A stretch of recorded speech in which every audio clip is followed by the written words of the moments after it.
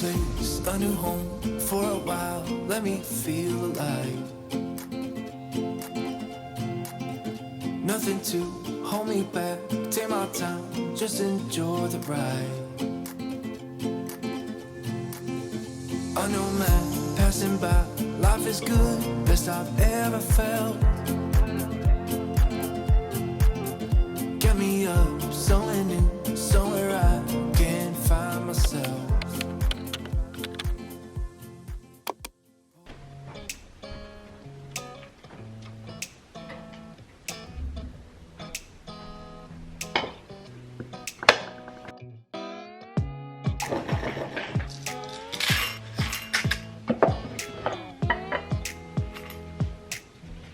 Good morning, my loves.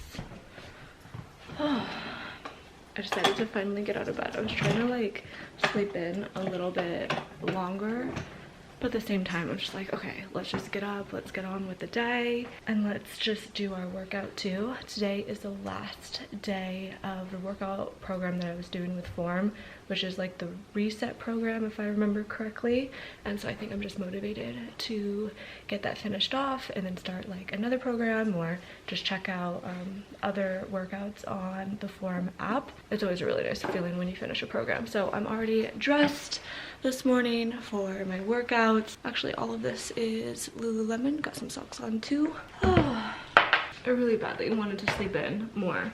I just like naturally woke up at 9, which is fine, but like I feel like I've been going to bed like super late, so like I wanted to get more sleep. Okay, anyways.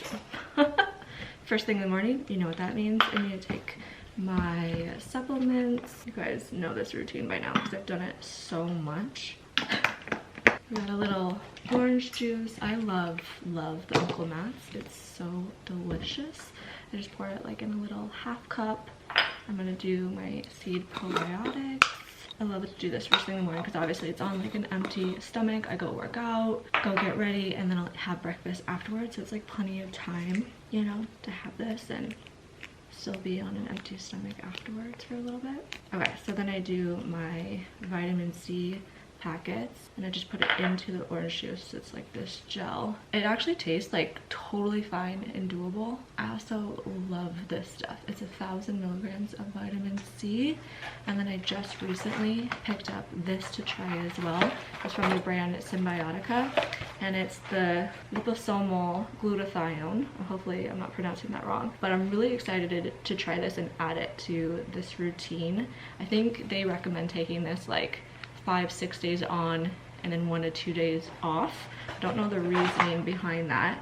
This is all still like pretty new to me, but I'm excited to try this out. Of course, do what's right for you, consult your doctor and all of that. But this is just like an antioxidant, and people have said that it's like helps with your energy and your skin and also anti-aging too. Now that I'm starting to get a little bit older, it's nice to have that.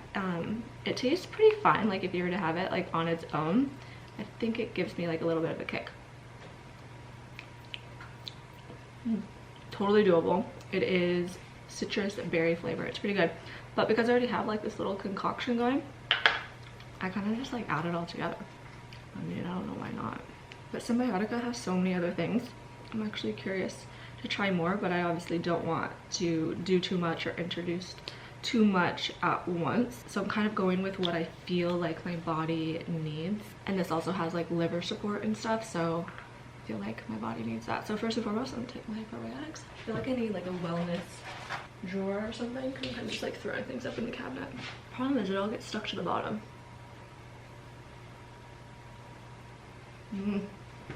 But I've only been taking the glutathione for like 4 days.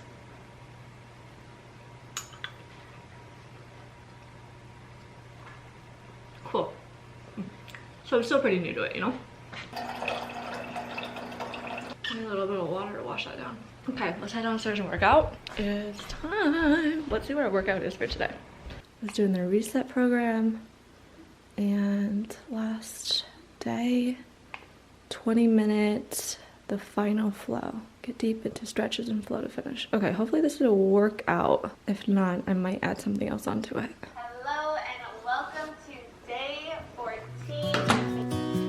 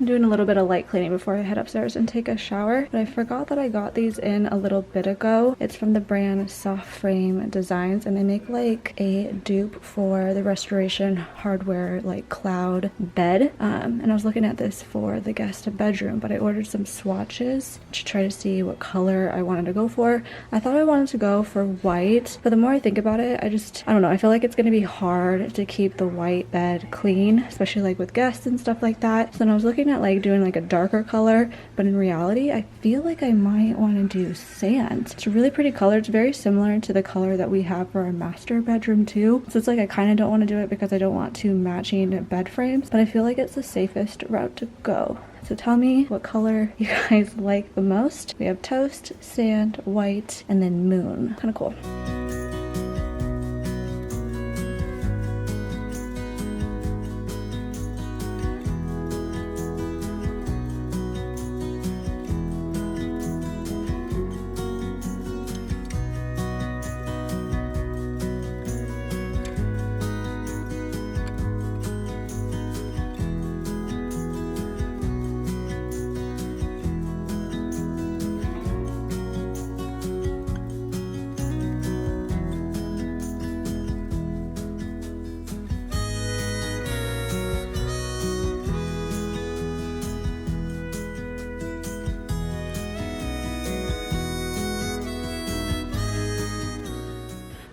Just took a shower, put on a little bit of makeup. I don't think that it looks that great, but we'll go with it. And then I curled my hair a little bit. I literally spent 2 minutes on it. I just really don't want to get that ready today. I am still in my robe too, and the reason being is before I get dressed and pick out my outfit today, I have a haul that I wanted to do from Revolve, and I wanted to do like a try-on haul. So I just figured this would be the perfect time and opportunity to do that before like I get actually dressed. I am so over winter and I'm already looking ahead to spring and summer, and so all of these pieces I got are for the next seasons ahead, which I'm so excited about. I just really want to like switch up my style a little bit, elevate it a little bit. I'm looking over at the pieces right now, so let's go ahead and do that. Revolve did send me a couple of pieces, and then I purchased a few pieces myself, but regardless, this is not sponsored at all, and I thought that this would still be a lot of fun, especially if you guys are in the same boat as me and already looking to the seasons ahead. Give me some sun, give me the beach, you know what I mean? Like, let's go.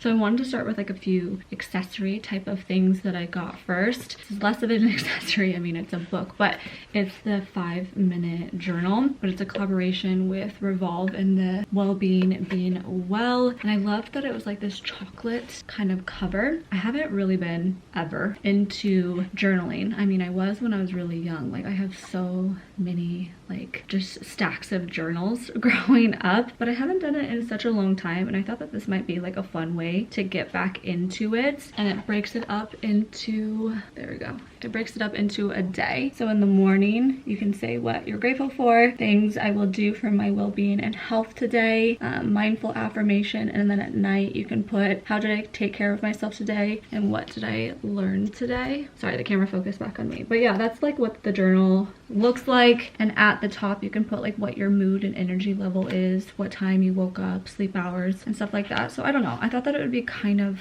fun. I also wanted to get a head start on getting some like new sandals and like summer shoes. So I got these really classic flats. I thought that these would go with everything, and I love the crisscross detail on top, the leather, but the fact that they're like really flat and skinny too. I have a lot of like really chunky sandals from last season, so I wanted something that I could pair with like nicer outfits and like going out. And then I definitely noticed a gap that I didn't have that many like low-heeled sort of sandals too. So I got these ones that I really like because it's like a neutral, natural like weave and color. So I figured this would go with a lot of things too. I got these in a 5.5. I'm typically a size 5, but I figured with like sandals and stuff, it's really great to like size up, and that's typically what I do. Same with the last sandals. And then these are the very last ones that I got. You can see the color theme I'm going for, just something nice and neutral. That's my jam. But I love that these were kind of like thong long type of heeled sandals. So again, a really nice option to like elevate an outfit, especially for at night. I feel like that's what I was like really lacking. So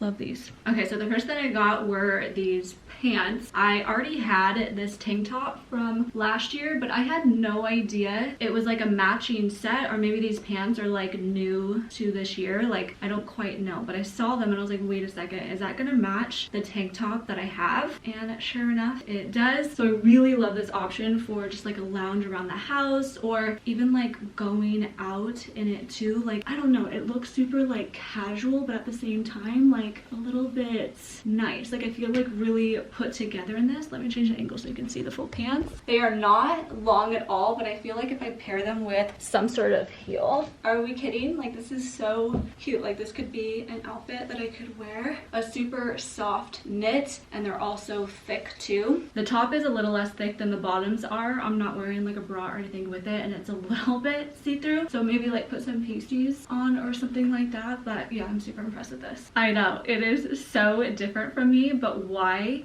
do I love it so much? I just love like, it's gonna be perfect for the summer. Like, this would have been a perfect outfit to wear when I was in Mexico in Tulum. So if I go anywhere tropical or anything this summer, like, this would be the outfit to wear. I love that it looks like I can dress it up, and this is something I can wear out at night, or I can of course like mix and match and just like wear the shorts, or just like unbutton this and wear the top with like a bathing suit. That would be really cute too. But it's just like a bunch of dinosaurs all over, and it's like silky and soft. Like, are we kidding? This is the cutest thing ever. I just feel like this is such a really great like staple piece to have. Like, it's a little out there for me, like I said, but I'm here for it and I love it. So if you liked the last one but it was a little out there for you because of the pattern, go with this one because it's nice and neutral, but it still has like a fun pop because of the feathers on the sleeves. I don't think it looks too pajama-y, and you can absolutely like throw in some heels or some like really nice flats too to like elevate it a little bit more. But I'm here for my matching sets. Like, this is so freaking cute. It fits really well, and it's just like super silky and soft. But also, if you didn't want to pair it like and wear it as a matching set, you can just get this top and throw it on with like some trousers or some jeans too, and I can like wear this top now. Next is this little knit number. I threw on like a bralette with it because I thought it was going to be way more see-through than it is, but it's really not. So I was more gonna wear this as like a cover up for the beach, but looking at it now, and if you pair like nude color things underneath it, you can absolutely get away with wearing this just like as a dress on its own. But it's like fully knit. It has like a really nice slit going up the side. It kind of like hugs and curves to your body. I also got this in a size extra small instead of my normal size of an extra small, but I'm honestly kind of glad I went with a size extra small because it does really like hug my curves, you know. It is a little bit loose like throughout here, so that could be tighter, but I don't need to always have like my clothes super tight in like a tight moment. It's nice to have things a little bit more loose too. I love the V and the back like V's too. I also got a couple of sarong options as well. I'm not gonna try these ones on, but I at least wanted to show you guys in case you were looking for some sarongs too. So this is like a knit tied around and kind of like roll it right. Really simple, really cute. And then I didn't have a white one either that was like a knit. So this one has like a interesting like little wrap situation, but same concept, that it still ties around and that has like a bunch of like fringe hanging too. This is gonna be so freaking cute. With this, imagine my bralette is a bathing suit. I was planning on using this as like a cover up for a bathing suit. It is a knit, but it's like super soft and still kind of lightweight, and I love that it's like sleeveless and oversized. I don't know, I thought that that would be a really nice switch up for this because it is so long, and because I'm so petite, like it's just like a full-on like sweater dress in a way. But I can also absolutely wear this now. I can put like the turtleneck on, that would be really cute. Button this a bit, like maybe tuck it up, put some jeans on. You can wear it with like leggings, anything like that, and I think that that would be so freaking cute too. So these next two pieces I wouldn't necessarily pair together, but they're both a part of the new items that I got, so I'm just kind of like working within that. But like this, I think it'd be really cute with like a skirt, like even like a maxi skirt or like a satin silk silky skirt would be really cute. Probably some shorts, like kind of like trouser shorts or even just trousers, but this is more of like a summer item as well. I mean, I guess I could wear it now if I really wanted to. It is a little bit see-through too, just because of all of like the crochet and like the knitting of it. It can even act as like a jacket too over something, so love that. And then I also got another pair of 90s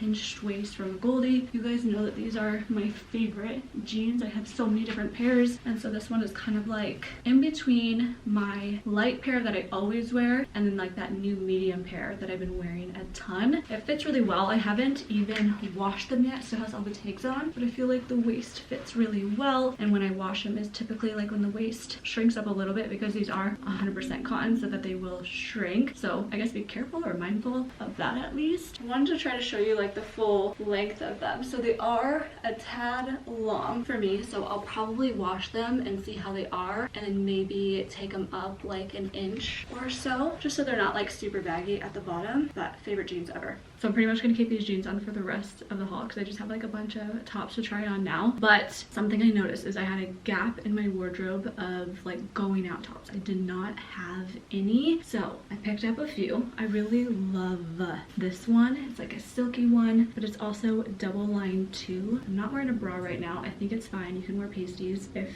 you're a little bit more self-conscious about it, but it just like zips up in the back, has like very dainty straps, which I love. They're not adjustable, but it like sits just fine. It's also like a little cropped, but not too cropped where it's showing like too much, you know? Oh, you guys, I love this top. I'm so obsessed with everything that I got. I am obsessed with this top. I definitely wouldn't wear it with jeans. I feel like this is more like for trousers or a skirt or something else. You can even like throw a blazer over this, and I think that that would probably be super cute too. So ignore the jeans, but this is like a stone color. It's not see-through at all, and it's like a thicker material, so I don't need to wear a bra with it, but I also can't wear a bra with it because do you guys see this back? Like, oh my god, it is to die for. The straps are adjustable. You could probably adjust them down a little bit just so that this isn't like popping too up, but like the band down here is like tight, so it's like still supportive of my chest, which is really good, and then it covers on the sides too. But I love this.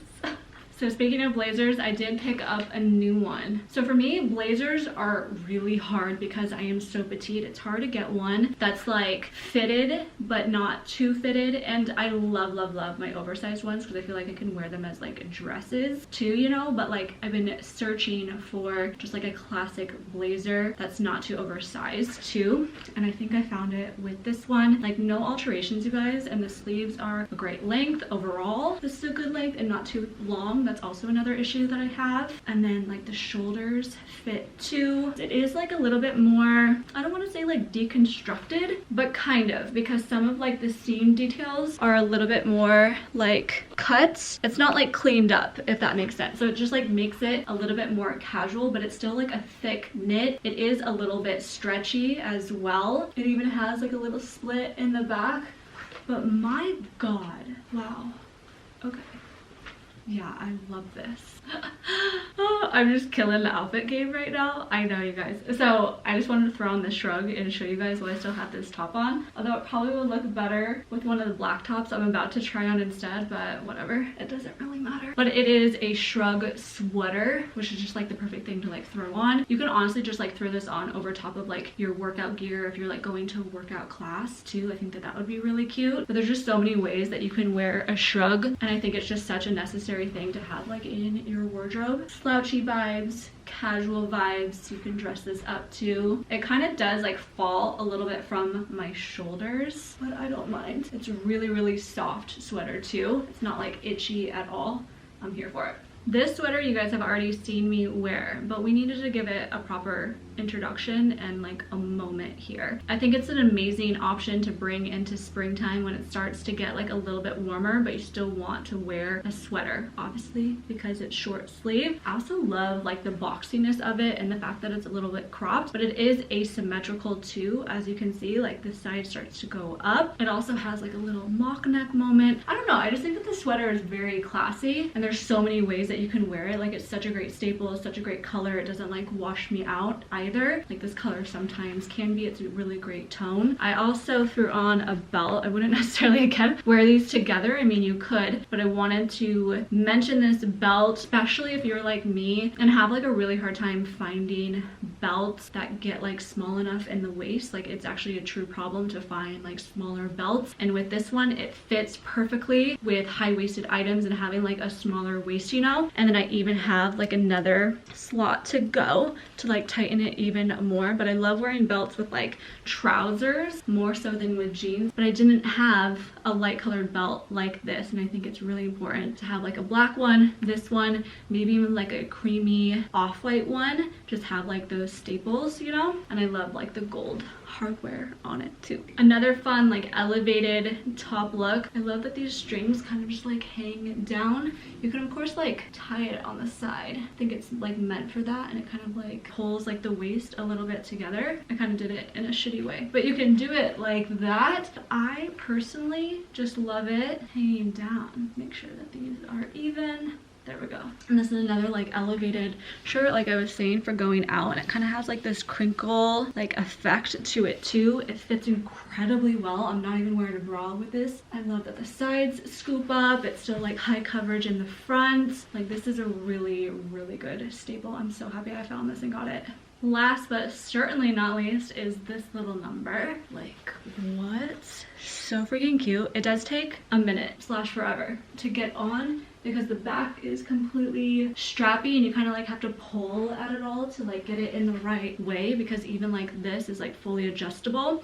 I think I can like pull it up a little bit more just to feel like a little bit more supported. But I love that the front of this is all a corset. My god, it's like satiny and smooth, lots of like shape and structure too. And I like that the shape of this like goes up on the sides, but then there is also like a little bit of back coverage here where it feels like it makes the back like look flattering. Like I don't know if it's just me, but definitely another really great going out top option. And I love that I could probably like pair it like with the blazer too, and this would be really cute. Of course, change the pants. I feel like I just got myself like a whole new wardrobe. I'm feeling like ahead of the game for the next seasons, which just like makes me feel so good. But also I just feel really confident about all the pieces that I picked, about truly making an impact and being staples in my wardrobe too. Like I'm just so in love. So of course every single item that I tried on for you guys I will link down below. But it's after 12:30 now and I'm starving, so let me change out of this, get changed into just like I guess my day clothes, and go bother Juan to see what we're gonna have for lunch. Okay, this is the outfit I decided on. Of course just slippers for around the house, but if I was to head out I'd probably throw on like my mini Uggs or something like that. But I have on the Groove pants from Lululemon. Obviously you guys know my obsession with this. I have on just a crew neck sweatshirt. This one is from Essentials, and then I threw on like a black turtleneck underneath it to add like a little bit of a layer. I thought that it looked really cute. Hopefully you can see me. I'm gonna throw on this trench coat that I just got from Lululemon. I have so many new pieces from Lululemon that just came in. I should really do a Lululemon haul soon, but really just like an activewear haul because I got a lot of new stuff. Sticking to my workout routine has like really put me in the mood to like get like new workout clothes, you know? Okay, we're heading out. I'll talk in the car. Well, look who's driving. I feel like I drive a majority of the time. Okay, so we are off to a Latin supermarket. Juan is out of dulce de leche. Heaven forbid. I mean, you had the last piece. No, you did. I did. You see? Flat out lie. No, what are you trying to say? Because you had the previous. Yes, I did. He's turned me on to having bananas in dulce de leche, and it's so good, like the combination. But anyways, we're officially out, and in our household, we cannot be out of that. It is a staple. But I think he also wanted to try to see if there's like other meats and things available too. So let's go to the supermarket. And then I think we were gonna have tacos for lunch. We're gonna go to La Chingona, which is a really great food truck taco place to go to if you're in the area. It's like in Bellevue. So anyways, super excited. That's our little adventure. Do you like this brand? Do you like this brand? I mean, it's what we're gonna have to go with. No, that's not even Argentina. Where's the other one that we liked? Dang, unless there's just more. Let me look.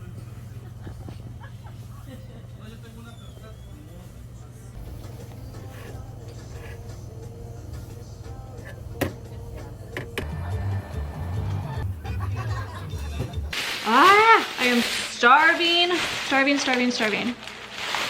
Oh, I guess first, what we got from the Latin grocery store before Juan puts everything away.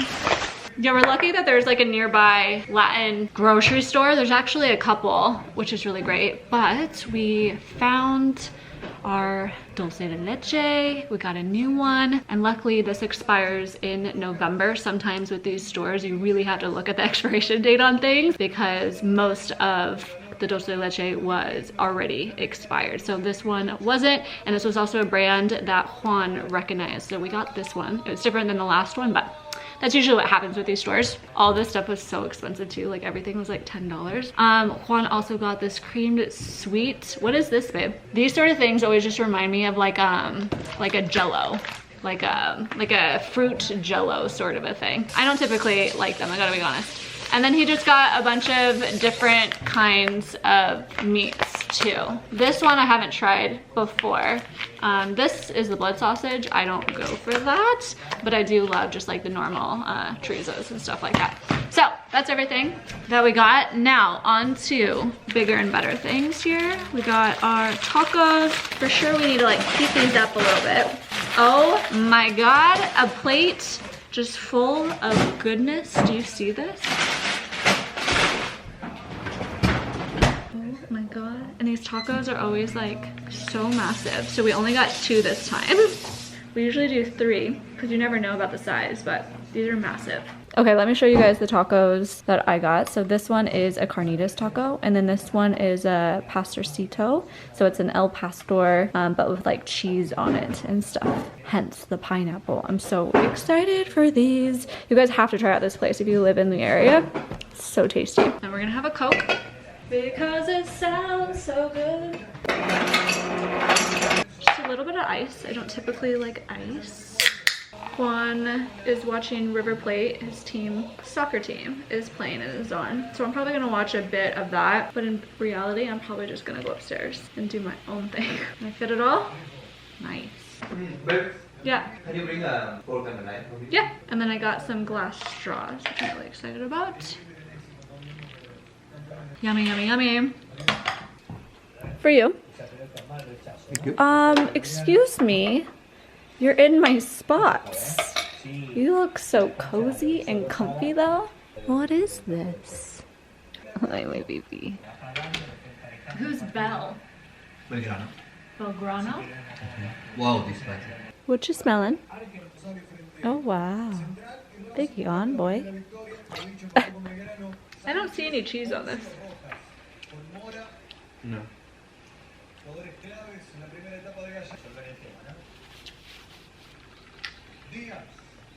Made myself a little cozy spot on the ground in my bedroom. Still have some Coke remaining. We're gonna finish that up. I also set up a little light behind you. I'm trying to get some of the daylight still. It's a very, very cloudy, kind of like gross day here in Seattle. But I wanted to film this before the sun starts to go down. I mean, it's already after 3 p.m. Ugh, my hair got really, really flat. That's okay. So let's chat about my Airbnb. I cannot believe it's been about 8 months now since my condo went live on Airbnb, and I thought that this would be the perfect time to finally give an update on how my hosting experience has been, but also getting into all the details for what it took for me to get my condo ready to be listed as a rental property. And I did ask you guys over on Instagram if you had any questions about all of this, so I'll definitely be incorporating or spending some time at the very end answering some questions that you guys have.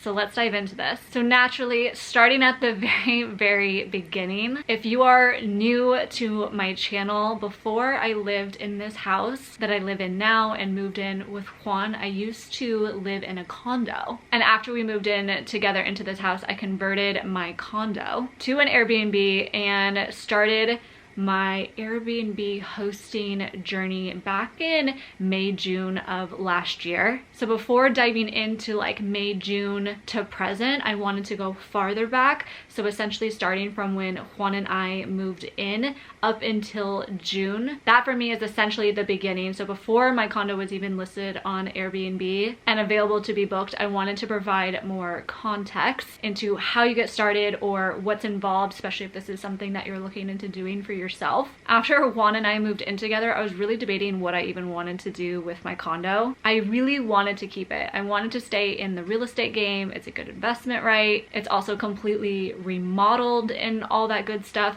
but I really didn't want to rent it. I feel like really protective over my condo. I put a lot of time, a lot of effort, a lot of money into the condo, but even besides all of that, like before I lived here, I actually lived there for 8 years. So it just kind of like has a special place in my heart and I have like such an attachment to it. So I decided to go the Airbnb route thinking that I could have more control over my condo. Like no one's gonna come in wanting to repaint the walls or change things around, and it's less like wear and tear in a sense too, because someone's not living in it like full-blown 24/7 treating it as their own. Like I feel like even with Airbnb and like how I view Airbnb is you do treat it with like a level of respect when you go into it because you know it's someone else's home. At least that's the way I view things, and I was hoping that it was gonna be that way, like getting into it, but then also just hopefully doing this route, it would at least cover my expenses.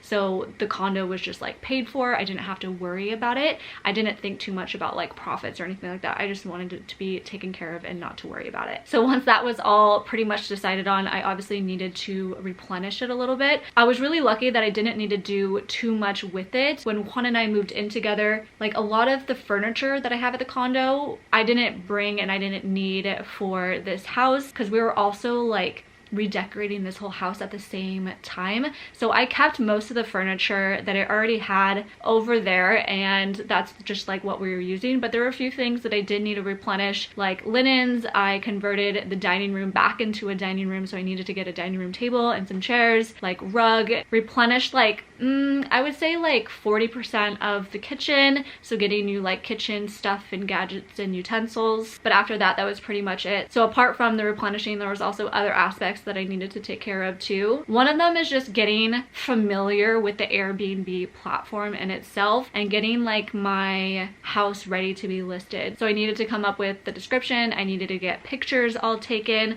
I needed to think about like pricing strategy and all of that sort of stuff. And then another aspect is I needed to lock down like a cleaning company. So I researched and interviewed different cleaning companies in my area that had experience with Airbnb turnovers. And then once I found one, we did a run through. I had them clean the place right before I listed it. And then I also created like a guide that they can always refer back to of how I like everything placed and made and all that sort of stuff, because it wouldn't necessarily be like the same person coming to clean my house. They have a team, right? So just making sure every single person on their team knew exactly how I liked my condo to be kept and presented for guests. The third aspect was that even though Airbnb has air cover, which I feel like is pretty dang good, air cover is kind of like an insurance policy. So if there's any damages, like the liability, like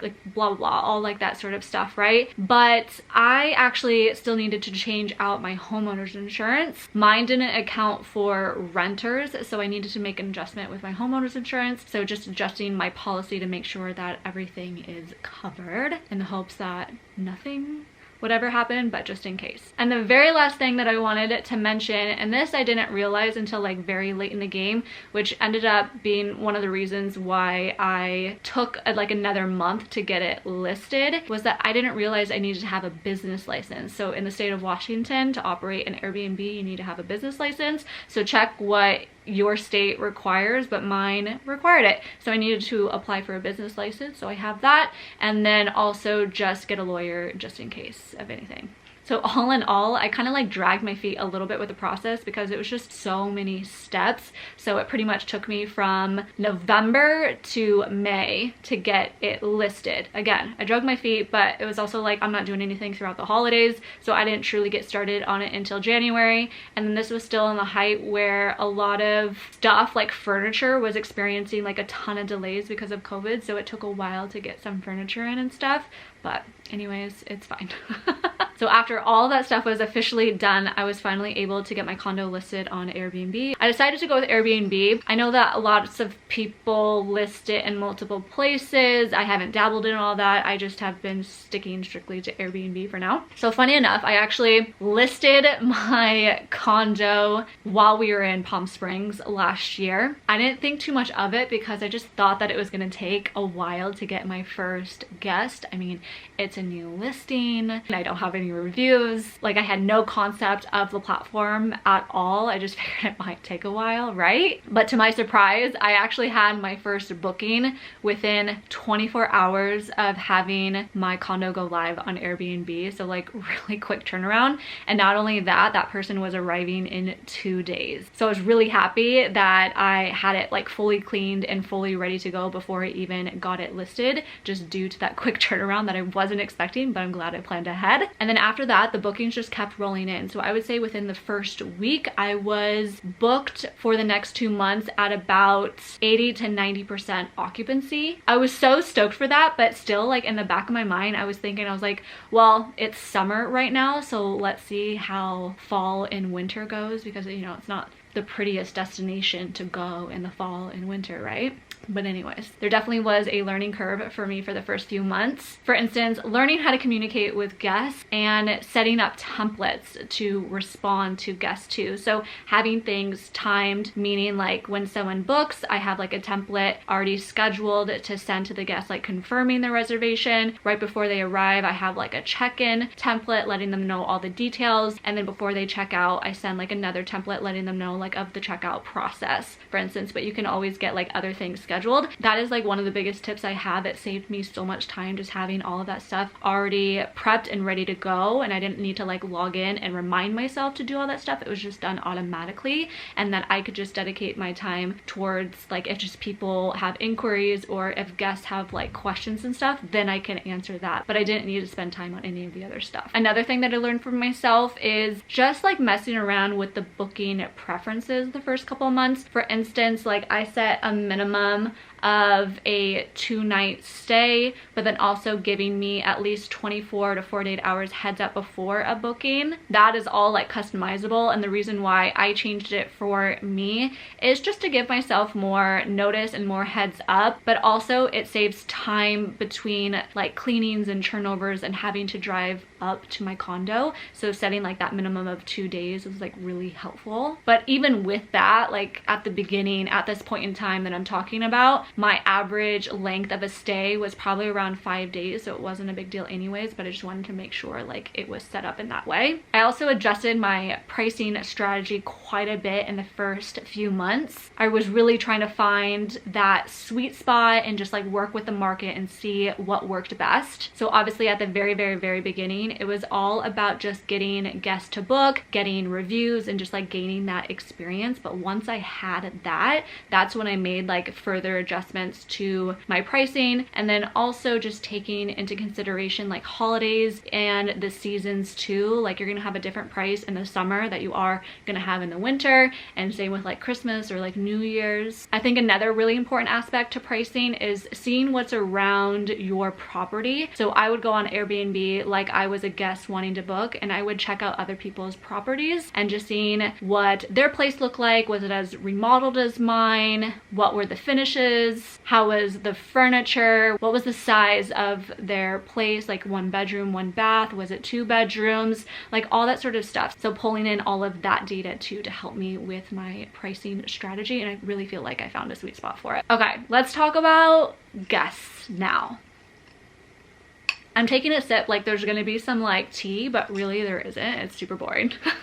So I was so nervous at the beginning that I was gonna have like really problematic guests. It's one of the reasons why I didn't even want to go through with Airbnb. or just like having a rental property. Again, this kind of even goes back to the fact that I didn't even want to have like renters in my space. I was just nervous that people wouldn't treat my space with respect, and I really didn't want to have issues. Like I'm not a confrontational person, so having to deal with issues just like, it made me sweat. It made me have a little bit of anxiety.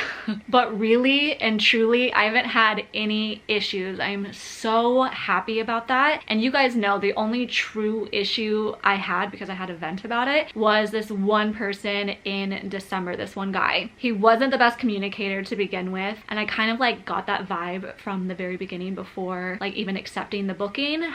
You have to take the chance, honestly, because you are backed by Airbnb and air cover. So even if anything was to happen, like I knew like everything would be fine, but you have like that gut feeling sometimes. But I went through with it anyways. But he ended up not being the best communicator, and he truly left my place like an absolute mess. Everything that I had was in a different spot, a different location. I had some of like my furnishings and decor just like thrown onto the ground. It was bizarre. And every single surface was just covered in water bottles and cans of soda and like bags of trash. Like it truly was disgusting. Clearly didn't follow my checkout instructions. He even left a phone too. So all of it was just a hassle. It was the one and only time that I had to get Airbnb involved, and honestly, they were amazing. They really handled the whole situation, and it was like buttoned up and done within a week.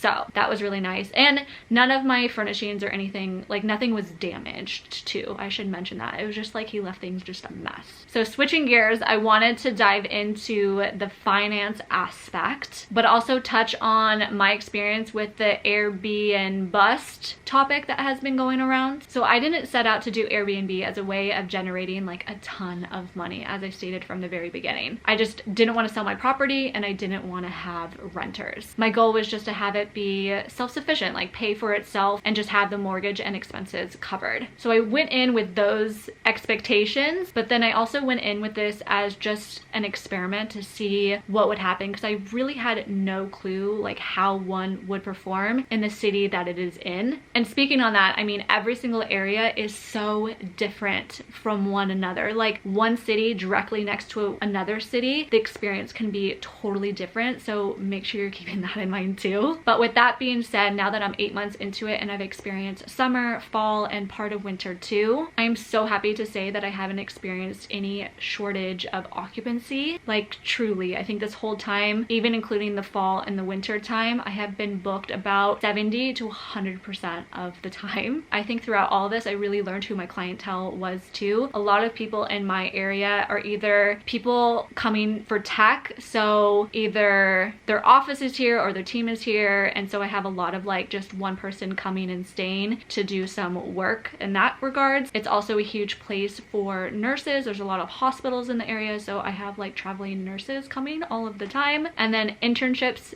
specifically for tech over the summer, that is really good business. And then over like the fall and winter time, I saw a ton of people coming and just like staying for family like that's nearby. I also became a super host back in October, and I feel like that has really helped me in staying consistent. I mean, I started the new year, so I started this year being fully booked until September, which is like absolutely insane to me. And now getting into the finances part of it, so even though I started last year, and last year there was just like a ton of learning, I still ended the year with a profit. It was a small profit, but nonetheless, like I hit my goal that I set out for myself. Some months were better than others, where like say my profit was probably like $700 a month, and then other months I actually lost a couple $100s, but in the end it all equaled out and it made up for it. And like I said, I ended the year in a profit. And already given this year and the fact that I was saying that I'm fully booked until September, I'm seeing so much more profit and success. So I feel like it's only getting better, and the longer that you do it, like the more you learn from it. So I feel like that helps too. But then also, like I was saying about the superhost, I feel like that is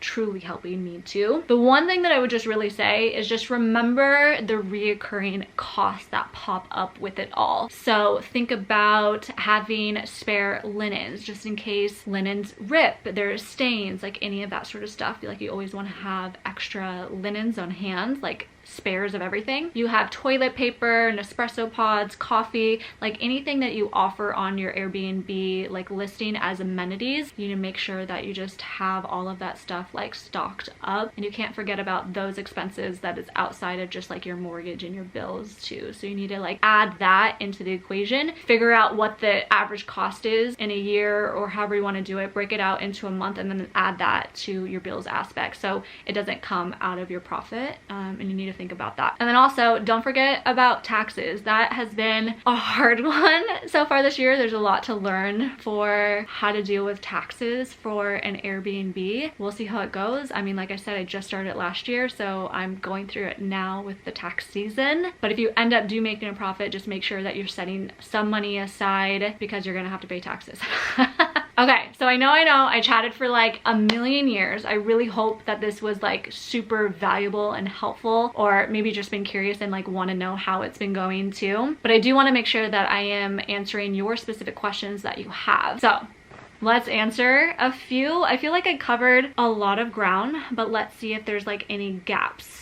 Lots of questions on cleaning. So do you have cleaning companies clean your Airbnb for you, or do you do it? Do you clean after every renter, or do you hire someone? I feel like you do them. I'd love to know more about the cleaning service you use, the cost, how smooth it has gone so far. So cleaning, yes, it absolutely needs to be done after every single stay. Airbnb has a standard for it, but also like you need to clean after every single stay. Like if I came into a place and it was dirty and it wasn't clean, it's like so gross.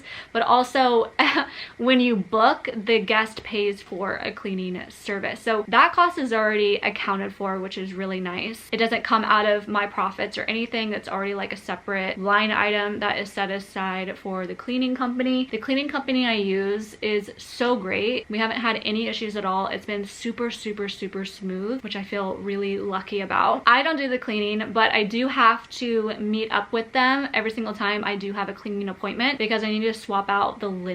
I don't have it like full service where I have like a linen service, like a company that like drops all that stuff off. I still need to be involved in some aspect. It's not like completely hands off. That could change in the future. I also don't have like a property manager or anything like that. If I did, that would obviously eat at my profits and stuff. So I was wanting to be more involved and take on as much of the cost as I can before like outsourcing stuff, because like again, I was an experiment. I didn't know like how like it would turn out, but also I feel like I want to keep most of the money for myself too, right?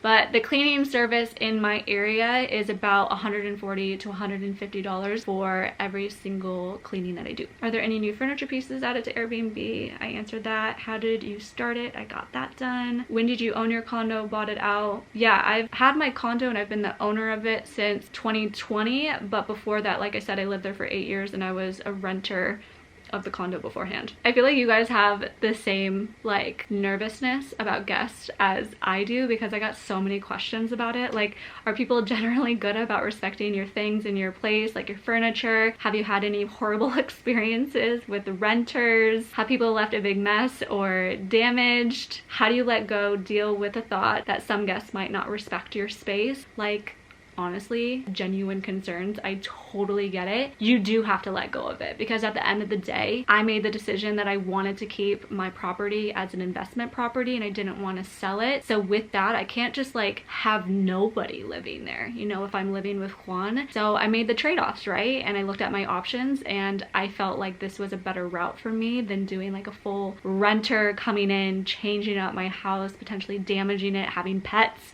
Oh, like all that sort of stuff, like ruining my hardwood floor. So you do have to let go of it a little bit and just know that you are protected. Like Airbnb does have rules in place. You also have your homeowner's insurance, so things will be okay, you know? And people have been really respectful of my furniture too. There's been no rips, no stains, like no issues of any kind. I'm really just putting that one bad guest aside. People really do take care of themselves and take care of the place too. I generally come through the house and it looks like spotless and picked up, so I'm super appreciative of those guests that I have. I also have learned, I'm sorry, this is actually very true, if I have a single guy staying living in my place, it will be a mess, like a little bit of a mess. They don't generally pick up after themselves, and that requires like a little bit more work, but not bad. Again, it's still pretty clean, versus if I have like a single woman or a couple that includes a woman, the place is generally like looks pretty damn good. I hate to say it, I'm sorry, but it's true. Women, I just take care of things a little bit better. How do you manage your bookings? So Airbnb takes care of the full thing. Like they have a calendar, they have a whole system, everything like that. So it's all through Airbnb, which is amazing. I, of course, because I'm a program manager, I created like a separate Excel sheet to just keep track of all of the guests and the bookings and everything, and also just getting a head start for like tax purposes. So yeah, I have that, but otherwise it's just like what Airbnb has is really great. They also have like a separate section for like taxes and business and stuff too, which is really cool. Okay, is it worth it financially for the amount of work costs put into it? How much of your time a week do you spend managing your Airbnb? Pros, cons? I think this is an excellent question. At the very beginning, it required a lot more time just because I was learning, I was getting familiar with the bookings, I was just getting familiar with the whole process of it all, right? And even like fine-tuning things. So thinking about more ways that I can elevate the experience for the guests, different amenities to add, all that sort of stuff. Like I really just wanted to make the experience like top-notch, so all of that required a lot more time. But even then, it was probably like a couple hours a week of dedicated time, and depending on how quickly a turnover was. So remember, like when I was mentioning, if someone books a stay for 2 days versus a stay for a week or 2 weeks, the ones that I had consistently with like back to back, like a couple of days, required more work because I would have to go up to the condo and assist like with the cleaning service, like letting the cleaning service company in and dealing with like the linens and everything, versus like the longer term stays are less time involved for me. But otherwise, like now it's so self-sufficient, it's crazy. Like I have a very good process and things in place, so I would say it takes an hour or less of my time in a given week. So love that part of it. So for that reason, that is 100% worth it to me, and it doesn't eat into like a lot of my time or anything like that. I have 2 more questions I'll answer. I know this has been really long, hopefully you guys have been loving it, but have you ever had a bad vibe about someone and refused to rent to them? So I kind of touched on this like a little bit ago. I have had bad vibes from people. Like you can see when someone books if they have any reviews from other hosts, and I usually review those, but sometimes you get people that come across where they haven't used Airbnb ever before and there's like no other information available on them, because after they book is when you get more details on them, sometimes like their full name for instance, or like a profile picture. But I do require for people that book that they have verified their identity and stuff like that, like through Airbnb's like just verification process. So if Airbnb has like verified them, I'll take the risk and I'll go for it.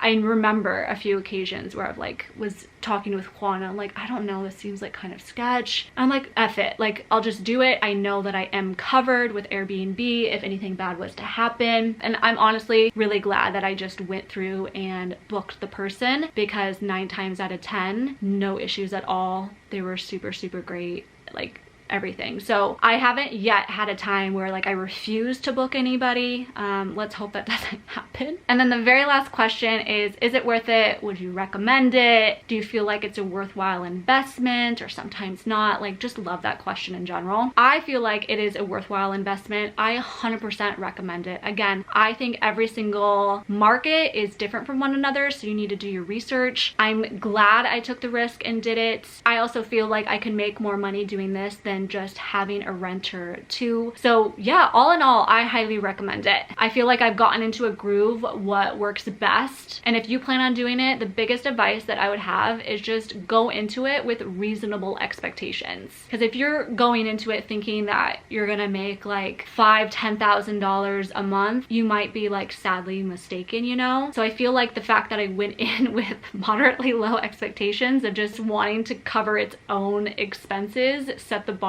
pretty good for me. Some markets are hot, you know, some markets, if I'm just gonna make one up, if you're like down in like the LA or a beach or some amazing location like that, you probably would see crazy profits like that. But like with me, like I'm just in a city, pretty small city, not really close to an airport or anything like that. Like I just didn't know how it was gonna go. So reasonable expectations, and definitely research your area. Go on it like you're a guest, like I was saying, like just poke around, see how many Airbnbs Airbnbs are in your area, what the cost is, even look at like their calendar and just see like how booked they are. I mean, the host could like block off days, but majority of the time when days are unavailable, it's because someone else booked it. So you can use that maybe as like a data point too, but that is definitely what I would recommend. I have been loving it. I'm excited to see what more is to come this year. So yeah, that's everything. I'm really glad that I covered this topic, and I can't believe that I haven't even addressed it at all in any other video since I've started it, like going this in depth. So this brought me a lot of happiness. Again, I really hope that you guys enjoyed this. If there's any other questions that you have that I didn't answer, just let me know